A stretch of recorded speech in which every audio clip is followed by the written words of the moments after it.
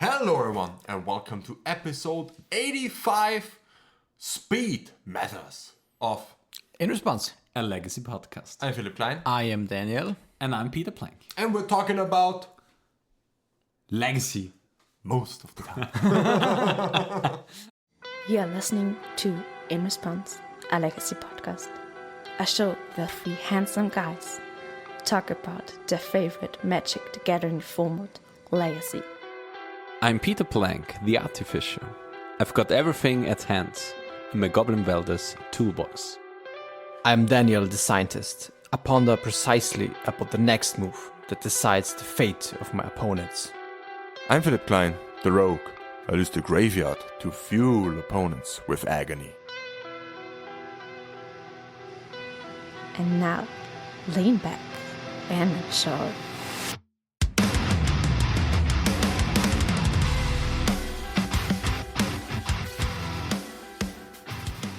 We switched things up. Perfect.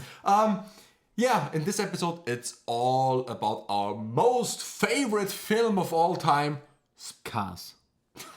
Speed. Oh. But yeah, I mean it's a little bit like that. Actually, we're talking about our beloved legacy format because it's in a kind of interesting state right now because the only thing that seems to matter is the speed of your deck. It's insanely fast and I can't remember when it was that fast the last time. Yeah, I think there was some occasions before in the past.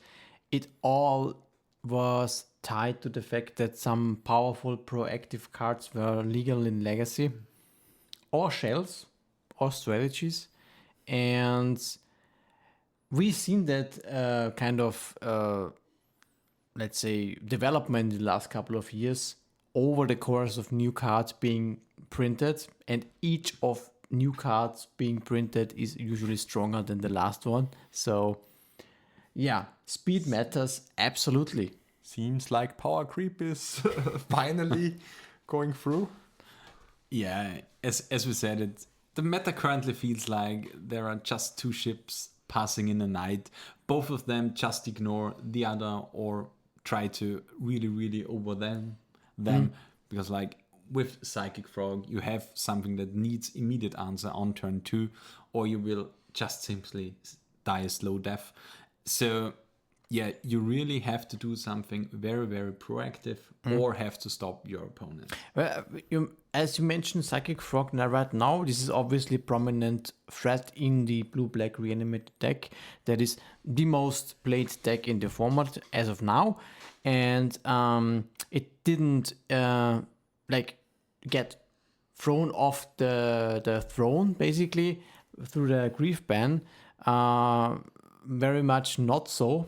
I think for Frog, it's not specifically, well, it's one kind of card that glues the deck in itself together. The problem, I think, is that blue-black Reanimator has a lot of flashy plays that revolve around the Entomb package, actually. This is the proactive speed that the deck has. And why this deck is good, this is like the glass cannon aspect of the deck, if you want to call it that way. We all know what glass cannon means in that sense. That is just one strategy that can just be disrupted through a couple of powerful, impactful disruption elements, and then afterwards you're just left without any strategy. But Frog fixes that.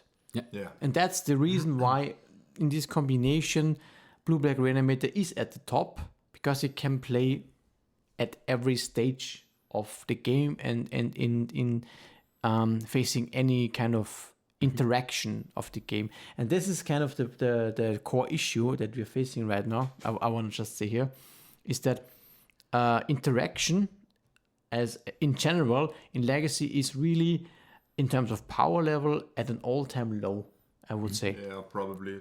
It totally seems like that because it doesn't get punished. It doesn't get punished anymore for blue-black Reanimator. I mean, it wasn't punished before because of grief, because they took the interaction, and now it's like I can or my opponent can simply entomb and try to reanimate the big target, the beefy target, and then just, if that doesn't work, if you have interaction, that's okay. You drop the frog, you draw into some cards, and you do it again. And that's basically the thing that happens all the time. Because recuperating the card advantage here, or the lost cards, where simply try to go off, basically, especially in game 1. Yeah. If that doesn't get punished anymore, then we have the thing that we have now. Yeah. So basically, to shorten the thing about blue-black Reanimators, like you either have on turn 2 a Reanimate or an Animate that, or even now a Metamorphosis Fanatic onto a beefy target that you basically entombed on turn 1, or you have the Psychic Frog, or a combination of those over the first few turns. So you really need to do something impactful before them, or just don't let them do it. And there are currently like 2 shells that can stop your opponent to developing further than turn 2. And both of those cards are traditionally in the Stompy archetype. So which of the 2 decks are currently predominant in the meta? So yeah, but obviously we have this besides blue-black Reanimator, I suppose. We have Eldrazi as one of the proactive Stompy decks, actually. I would consider it still a Stompy deck. It has, I think it has Chalice. if I'm right.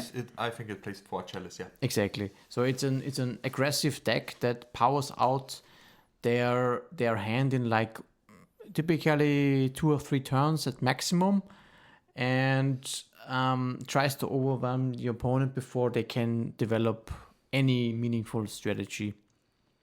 And the second one is just traditional Dragon Stompy. That is also has the same idea, but with different cards actually. Not having Eldrazi's as payoff, but just impactful hate pieces, lock pieces, or powerful beaters like the Goblin Rebel Master or the Bombardier. Goblin Bombardiers is really what makes this deck tick nowadays, because it's just so much damage.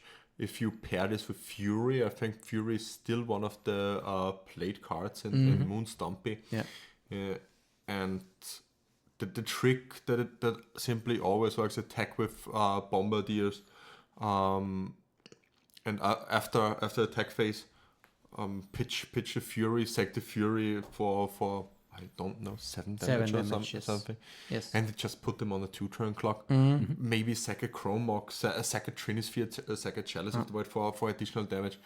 It's just so insane. And if a Moon Stompy opponent goes Bombardiers into Bombardiers, it's basically game over the next turn. You're facing lethal right now. Yeah. And so the Stompy decks also have evolved to have a faster clock, a certain threshold of speed that they have to go to be on par with Reanimator, actually. Yeah, exactly. This is the kind of the enemy to beat in that sense. And sometimes you get your opponent by just dropping a turn 1 Blood Moon or Chalice, if it's the right Chalice for 1, for example, if the cards align that well. And this is one reason why a deck like Stompy is okay in this meta, because it is so fast, and the high ceiling plays that the Dragon Stompy is able to perform is really something that pays off currently in the meta game, because nobody is really interacting meaningfully, I would say. Yeah, like we said, 2 ships passing in the night. The decks pass each other, but what you shouldn't pass over is our Patreon. So go on to patreon.com/response_legacy. So thank you very much, Christian Neutz, Matt Duncan, and Moritz Eichmeier for supporting, and you can join this exclusive Patreon too on patreon.com/response_legacy. Yeah, and with us going over the reasons why the meta currently is so fast and you have to fasten up your seatbelts, how can you actually adapt in this meta? What can you as a player do to great in the meta. I bet the obvious easy. elephant, the elephant in the room is basically just to join the party. So play Reanimator, play Eldrazi, or play Moon Stompy. That's the thing you should be doing, probably. So end of the podcast now we find out. That was it. Good night. That's probably not the reason why people are here, but obviously it's correct. Obviously you can just pick up the same decks and just hope that your draws are just more explosive than your opponent. You can do that. Yeah. Or maybe you have the super secret tech in the sideboard for beating exactly Reanimator, Eldrazi, and Stompy with Reanimator, Eldrazi, or Stompy. I would like to see this card because I have not found any card. Yeah, I don't think there is anything, but maybe unglued or unhinged. So, yeah, but what if you as a player don't really enjoy like playing endless mirrors, or don't really enjoy, for example, the Stompy archetype like Eldrazi or Stompy, so you want to do something meaningful besides keep a mulligan to jogging extremes, can you just switch something up? Probably going into totally different directions, switching decks up is here the way to go. For if you don't want to join them. I think there are some decks that are pretty good at the moment right now. We can see this in the top 8 lists and top 16 lists. These decks are really built to beat Reanimator, to beat Eldrazi, and to beat Stompy. They have their own weaknesses, but these decks that we are now talking about are solid choices if you don't want to join the dark side. Exactly, and one of those would be that is actually, I think, in the top 8, if you just, or even top 4, I think, of the last Super Legacy qualifier that has happened. It is actually Cradle Control. That is a mix of one of the last decks, actually, that also has a grindy game plan if the plan A does not end up being successful. So the idea would be, of course, to play a bunch of dorks or, mana dudes, small creatures, and then with Gaea's Cradle, which is the namesake of the card, of the deck, you power out a fast natural order for Atraxa, for example. And then this is kind of your I win button. You're proactive. And you could do that, I think, in as early as turn, I think it's even turn 2 or turn 3. It should turn be 3 for sure. Turn 3 for sure. Turn 3 for sure. And if this does fail, and against a lot of matchups, you also bought out the strategy of natural order. You can't just stick to a normal grindy plan with white of the new white of the reliquary, for example. One, yeah. Exactly. Or a toolbox of different creatures that suit to your current situation in the game, which just gets you advantage slowly over time. Yeah, Cradle Control has like various cards that get of the natural order. Besides the Atraxa to go above in card advantage, you also have the famous memory to the origin of the deck, which was an Elves deck. You have the Creator of Behemoth to just close out the game with your little mana dogs. Exactly. And this is probably one of the slowest or the only control deck that's left right now in the meta that's really meaningful, or that is on par with the 3 big boogeymen. So if you want to go into the control route, I think Cradle Control is probably the way to go for you. Unless, obviously, it's a different strategy than traditional control. And this is also just the situation that we have currently. It might change in the future, but this is just as it is now. But what if you really like slinging spells, maybe some dark rituals in between? Is there a deck of choice that you would basically recommend to maybe try out? Absolutely. There are some decks, actually. Dark Ritual is probably on an all-time high right now because there are a lot of decks that play Dark Ritual. And one of those decks is Doomsday. Doomsday has adopted Psychic Frog as one of the best cards to draw into your Doomsday pile, and it can also play a little bit slower mid-rangey game, and it's insanely resilient nowadays. Yes. So it was always the saying that Doomsday is the best and also the hardest deck to play. I think that has maybe shifted a little bit with the printing of Thassa's Oracle, but it's still incredibly hard. For Doomsday piles, it is. Yeah, for Doomsday piles it is. But Frog does so much for this deck. Simply being able to get in for a card is so insane, and lets you build way more easier piles and lets you build so many, lets you win so many more games. That's why I think Doomsday is also a really, really great contender for if you want to switch things up, or if you want to try out a different deck and don't want to play the free boogeymen. Yeah, exactly. There are typically I would say there are two big versions of Doomsday at the moment, but I think what is probably easier to get your hands on is the current version that is more what you would call the tempo Doomsday version. That is, as you said, including Psychic Frog and also Tamiyo as both cards to pivot your game plan if you need to, and they just naturally work well with your Doomsday plan, and they tend to be more easy when you resolve your Doomsdays. You have easy and more simple lined piles that win you the game, and which is not the case for traditional like full combo Doomsday, which has more protection and have more options for different lines and or piles. And this is typically much harder to play. So Tempo would be probably the more easy deck to pick up. Is the fast version still playing the personal tutor?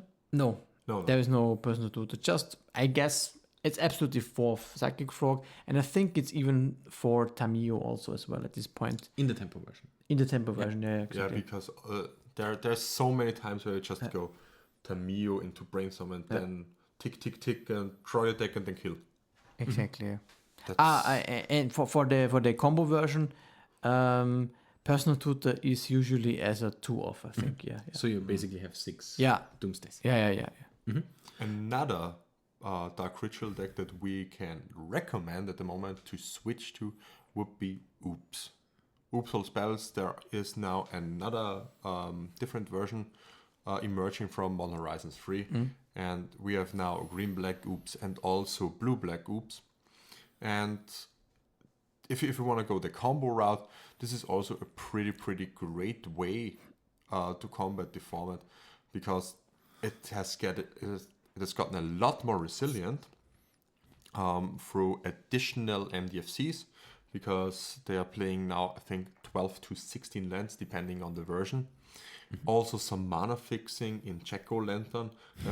The card seems like looks like a complete joke because it's just an artifact, but it does one thing that's unique in Magic's history, and that's mana filtering out of your graveyard. And that's really one of the best things you could do for this archetype.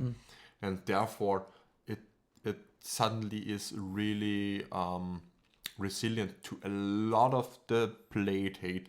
You can play through Surgicals, through Fairy Macabres, through Unlicensed Hearse.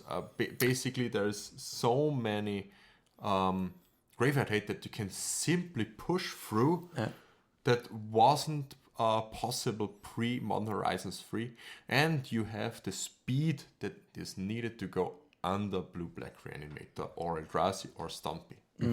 It's very interesting that I like this tech of Jack-O-Lantern. It's typically paired with Memory's Journey. Yeah. That you get your green mana to flash it back. I have been witnessing that back in the days when Stafford Storyteller was good. In breakfast versions, there were versions where they played Jack-O-Lantern plus Memory's Journey in the sideboard. If for situations where there were lots of graveyard hate of I know Fairy Macabre, for example, would be one card to beat back then, and it's a really cool tech, and I think it makes absolutely sense that it's incorporated into Oops at this point, especially, and this is a good mentioning at this point also, a lot of Graveyard Hate at the moment is based on Fairy Macabre or Ghost Vacuum, as we Talked in the last episode, yeah. Talked in the last episode, exactly. So watch that if you haven't, or listen to that. And yeah, so absolutely makes sense for Oops. A lot of targeted Graveyard Hate at the moment. Yeah. Almost no ley lines. So great time to be an Oops player right now. And yeah, another deck that actually profits, I think, a lot from Leyline being banned is like a card that really works well with replacing the effect of a discard to an exile. And the card that we have mentioned is, or a deck that we have mentioned here is the Riddler. What is that? Riddler. The Riddler, for everybody that don't know, is a deck made by Killer Bee. Killer Bee. Yeah, thank you very much. I have forgotten the name. Killer Bee, and he went second this time, and he has also won some challenges already with the latest, with the last versions. It's a deck that resolves around the combo aspect of Riddlesmith, which is a wizard for 1 and a blue. Every time you play an artifact, you may draw a card. No, you loot. You loot. You draw a card and you discard a card. Yeah. So you loot. And Containment Construct, which says every time you discard a card, you may cast it, discard it into exile, and you can play cards. You discard it into exile. I think only artifacts. Only artifacts, yeah. I don't know actually right now from the top of my head. It's been some time since I played it the last time. But that's basically the combo. You have a lot of artifacts and you play these 2 cards, and then you can draw your whole library and then simply kill your opponent with a Grape Shot or a Brain Freeze, however you want. And this is a deck that is really fast. It can kill as fast as turn 2. It's blue. It has your own protection built in with Force of Wills, and also now Vexing Bauble, because it's an artifact and it stops a lot of opposing hate. And you can simply vomit your hand onto the board, then play the Vexing Bauble, and then go off. I think he actually goes off through his own Vexing Bauble. Yeah, you can go off through the bauble. It doesn't matter if the 0-mana artifacts get countered, because you simply need a draw. It's just the draw trigger that you care about. Yeah, and that's also so insane. That's a good thing, because usually the combo decks, Vexing Bauble hurt the combo decks themselves rather than protect them. And in this version, it's good that you can utilize it, even though they also interact with your 0-mana artifacts. Yeah, and you also have Echo of Eons, which paired with Bowmasters, which also puts another angle of attack, and the Urza Saga for huge tokens. So it has also some inevitability built in. Therefore, and the what I also want to say is the biggest weakness of this deck is Orcish Bowmasters. And there are almost no Bowmasters to be seen anywhere. I think Blue-Black Tempo is playing 2 or something in the sideboard. In the main deck. In the main deck, and that's about it. So it's a great time to get your hands on this combo deck if you're a combo player, because it's fast, it's resilient, and the hate isn't here right now. Have you seen this? Because Gillespie made second place of the place Super in the Legacy It was the Super Legacy qualifier, I think. I don't know Is it what a the qualifier for the differences mobs? are. I think so, yes. Probably, yeah. So besides switching to some other decks, we now go into how to build your deck different now. If you are already on a deck, how can you switch the deck up? And I want to firstly start with the Epic Storm, because like the Epic Storm is currently undergoing through a few iterations at the moment, because like Brian Cook, he not only is currently cutting his favorite card, basically, of all Legacy, or of all Magic the Gathering, Galvanic Relay, now for Gamble, because speed just simply matters. He's only trying the Epic Storm together with Urza Saga and Vexing Baubles to combat Force of Wills. He's playing a Whale of Summer to get his 0 drops through his own Vexing Bauble. Oh wow, that's really Galaxy twisted. way. Yeah, exactly. Then you also have like Song of Creation is a pretty known fact now in the Epic Storm, but he's again on the Approach of the Second Sun. He tweeted today that he won through Nullrod, a few Chalices, and some other cards with the Epic Storm, with a Song of Creation out there that he killed with his own Haywire Might with 1 card left in library, cast Approach of the Second Sun into Approach of the Second Sun. So insane. Double approach. Yeah, Approach puts itself at the 7th card of the top of your library. Okay, can you explain? I never seen this. Approach of the Second Sun is a 7-drop sorcery Yeah.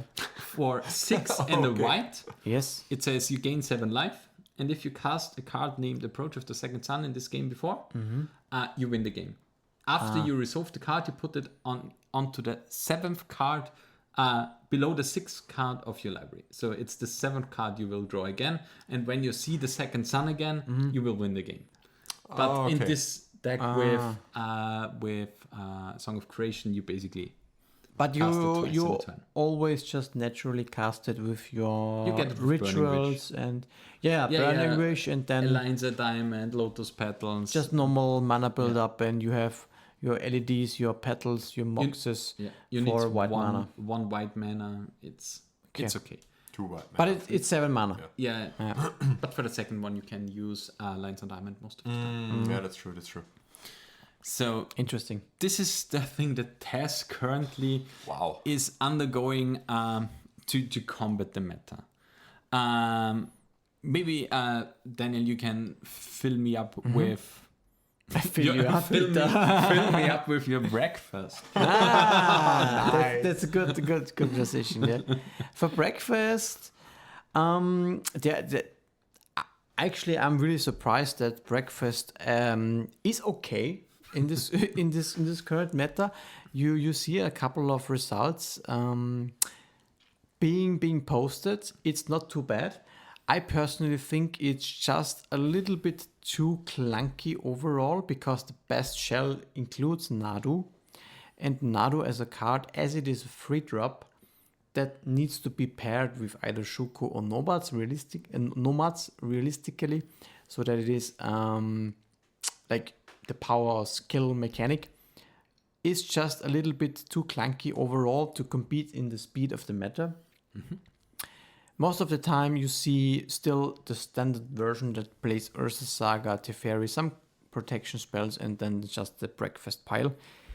I think what I would do is I'm very much in favor of trying to burst out a Nado as early as turn 3 or even turn 2. And you can do that either with the Delighted Halfling. Then you can just play turn 2 with that is uncountable because it's a legendary, or Cavern of Souls, which would be the second option. So I would, if you opt for breakfast, I would try a build that enhances a fast Nadu on turn 2, backed up with now Shuko and Nomads to just generate tons of advantage and in the end win with just Cephalid Illusionist.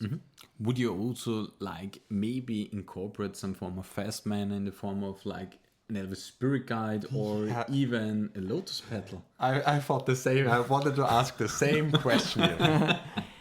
You could try that. I think that overall the Halfling would be slightly more interesting. I would like both. As both, because with Halfling you can accelerate Leonardo on turn 2, Yeah. but you're still missing the 1 mana for a Shuko or the The issue that you need to keep in mind when you build breakfast is that naturally when you just pack in all necessary pieces for the combo deck, which is your illusionists, your nomads, your shukos, your nakomibas, your dread returns and so on, there is a lot of cards that are not very good on their own. They are useless if you draw them when you're behind. And this is one big issue, and in my opinion the biggest issue for breakfast in the first place, is that your combo pieces are not really naturally working individually. And by packing in packing in, like, let's say, acceleration cards like petals and spirit guides is more going into the direction of, not impactful cards in the deck, rather than some cards that are actually bringing you value, like business cards in that sense.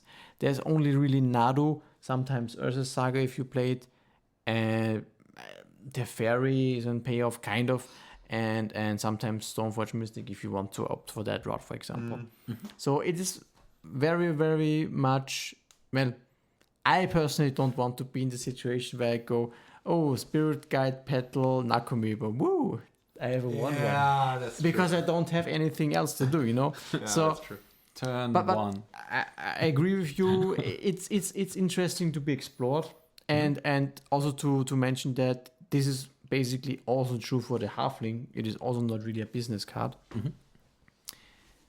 For Halfling, the interesting aspect, however, is that what I like is that all your business cards get uncountable, Yeah. which is more or less the reason why you would play that card. Magical Christmas Land is just turn 1 Nadu. No, turn one, Nado, Shuko, or Illusionist. Nomads actually draw 4 cards. Pass the turn, draw another 4 or cards. Illusionist, Nomads, just go for the win. Yeah. But that doesn't work. You still need a blue for Nadu. You can go turn You, 2 you, Nadu. you don't Illusionist. need Nado if you're Illusionist. But it doesn't work with Spirit Guide. You need one colorless. You need Lotus Petals. Yeah, Lotus that's Petal. Lotus Petal works. So besides going into Fantasyland, Phil, I want to give you my current deck. What can you build different with green-white depths, or maybe even switch the deck up? I think maybe I'm here really, really crazy. Okay? I mean, Green White Depths, for me, it was kind of new, where you said you skimp on Dark Depths and Thespian stages, and you really compromise the package, the combo package before. I always thought you were playing free. I thought this was stock all You the time. mean Dark Depths and Thespian stage. Yeah. I thought 3/3 or 4/4 was always stock. So that took me a little bit by surprise. But yeah, simply going for more Dark Depths, more Thespian stages in this meta, and going for more Married Larches and for more combo kill seems like a good idea for me. Also fixing the mana and going a little bit faster with Reanimator, or with, I think traditionally it was Urborg in Black-Green Depths. Yeah, The Turbo Depths, yeah. It's basically the same slot. Also gives you more speed and more combo kills with Green-White Depths. Yeah. As you already mentioned, do you think like green-black Turbo Depths could be really feasible in the matchup? I mean, it's a very kind of resilient deck. You have the answers to Wasteland in the form of like the Piffing Needle, mostly in the main deck. You have the Duresses to skimp your opponent on some illegal stuff, basically, or the Fort Scissors. So do you think we can try this? I think Rainbow Depths is better, because you don't really need the green-black shell for it to function properly. You can still play Urborg, and you have play all gold lands, and just have outs to Wasteland with Stifle or with Consign to Memory, and because you have also Only- Wasteland with Consign. Consign doesn't work because it's only trigger. But you can counter in response Yeah. to the to the Wasteland. You can counter your own Dark Depths trigger. Dark Depth, so it triggers above the Stifle again and gets sacrificed. So that works. It's a little bit more. It needs some extra steps, but it works. So I think This creates multiple levels of mind games actually, because your opponent could, if they know it, could just waste in response to the Thespian stage activation. Then it doesn't work. Then it doesn't work. But of course, for the but first then time, they only get one land, and Not two. most of the people are greedy and want to get 2 lands because it's the right play to do, and then they get taken by Consign to Memory. in the beginning, it would be interesting situation. Yeah, Consign is a good argument for Rainbow Depths. I think.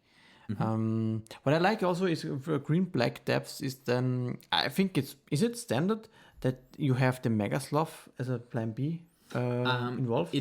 It should be, at least in paper, and now with Fallout? I think it's Fallout. With Fallout coming to the walls of MTGO, we get like a few cards that a lot of players are really, really excited about. The one is the 8/8 Sloth that you can play for 2 mana with a Dark Depths in play. It gets reduced for every counter on your permanent, and I think it costs 12. Exactly. But with the 10 and 2 green. So with the 10 on the Dark Depths, it only costs 2. And then we also have for Death and Taxes, pre-formal Pre-war formal wear. Which is basically an Reanimate for a 3-drop, which gets equipped by it, and then you flick it. But we are currently in a talk, how are you built diff?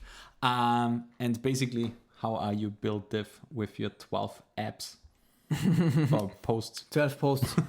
That's basically today the slowest deck that we are recommending. Kind of, yeah. It is not so easy to play. To this is kind of a disclaimer. You have to know what you're playing against, and you really want. This deck, you need to know if you're the aggressor and if you are the control player at heart. That's for sure. And it is not so straightforward which lines you take, because you have very, very lots of options to choose from. So if you're into that, it's a good idea to pick this deck up. Current versions also try to be as fast as possible and to be as consistent as possible. Usually, for example, by having an as early as possible Mycospawn Eldrazi. Mycospam. Yeah, exactly. I don't know right now the name. I think it's Eldrazi. It lies on my tongue. Eldrazi Mycospam. I think so, yeah. Yeah. And this Sowing Mycospawn. Sowing. Perfect. Sorry, Mycospawn, yes. True. With that, you have typically the full playset of every Spirit Guides and Once Upon a Time to find the lands and the mana that you need to cast an early Sowing Mycospawn, which is kind of the bread and butter for the deck, obviously. So it gets you additional lands, it disrupts your opponent, and then you can just drop the One Ring, for example, as big finisher, or Karn, and in the end, if you completely want to close out the game, you have Emrakul. So it's a nice deck, but it's not so easy to pick up.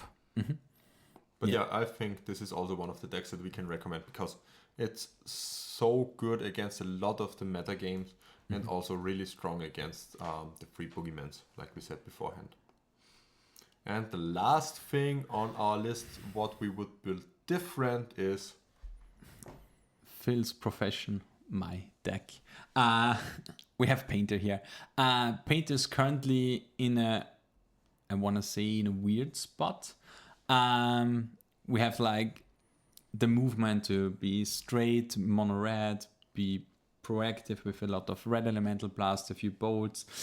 A few lists already are playing like 3 or even 4 goblin bombardiers to basically kill with combat damage, to be as fast as possible.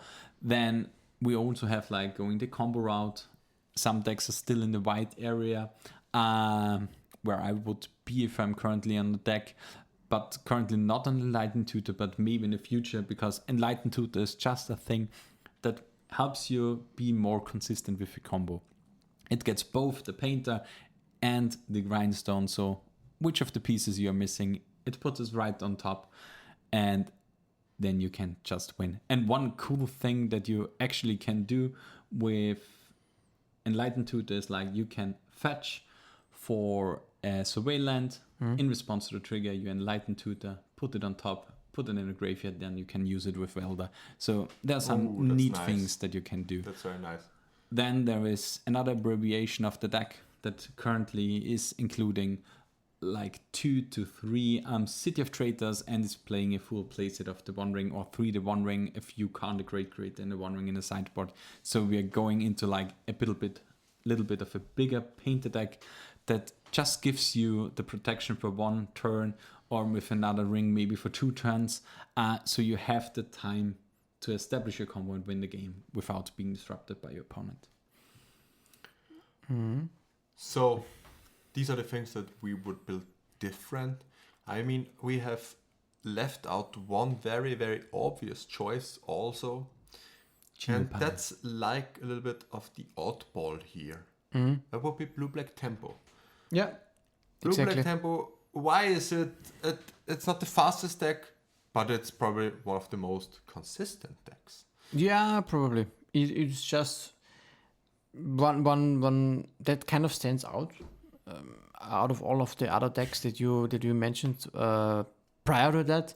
And as you mentioned, it is just a good stuff deck in a nutshell, but it's fast enough to close out games when it needs to, and it incorporates an otherwise unpopular card, which is Nethergoyf, for example, that actually has been showing to be quite impressive and almost as close as good as normal Tarmogoyf.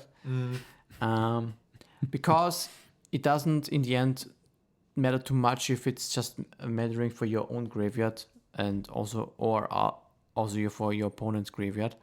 It on average, if you have a 1 mana 3/4, it's good. Yeah. And it's really amazing if you have a 4/5. So a lot of that is going into the same direction, that it is the most condensed version of just powerful threats without synergistic elements in it, like blue-black Reanimator has. It has, on average, probably is it the better deck, yes. And it has the flashier plays and the I win button basically involved.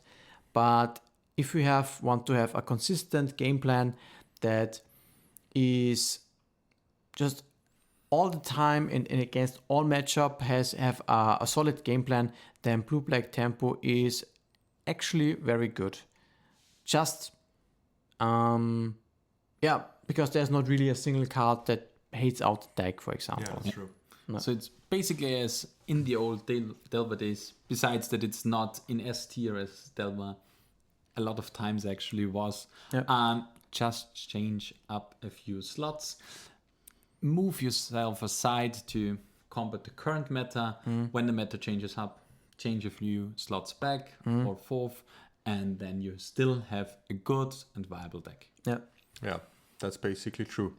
That's why blue-black tempo is also the tempo deck that we are recommending right now, because it's just better on easier on the mana base than Grixis tempo, than Grixis Delver. Yeah, I think that were nice closing words. So like and subscribe to this channel, and also on YouTube and Spotify. You can find us on social media. It's @response_legacy. You can find me on social media. It's @FinnekMTG, PHINEKMTG.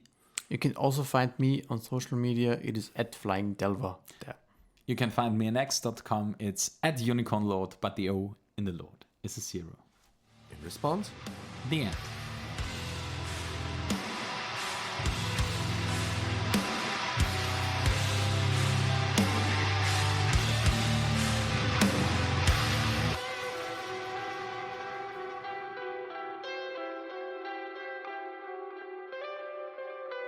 This was and Response, a legacy podcast. If you enjoyed the ride, feel free to support the show by following, leaving a review, or subscribe on patreon.com/response_legacy.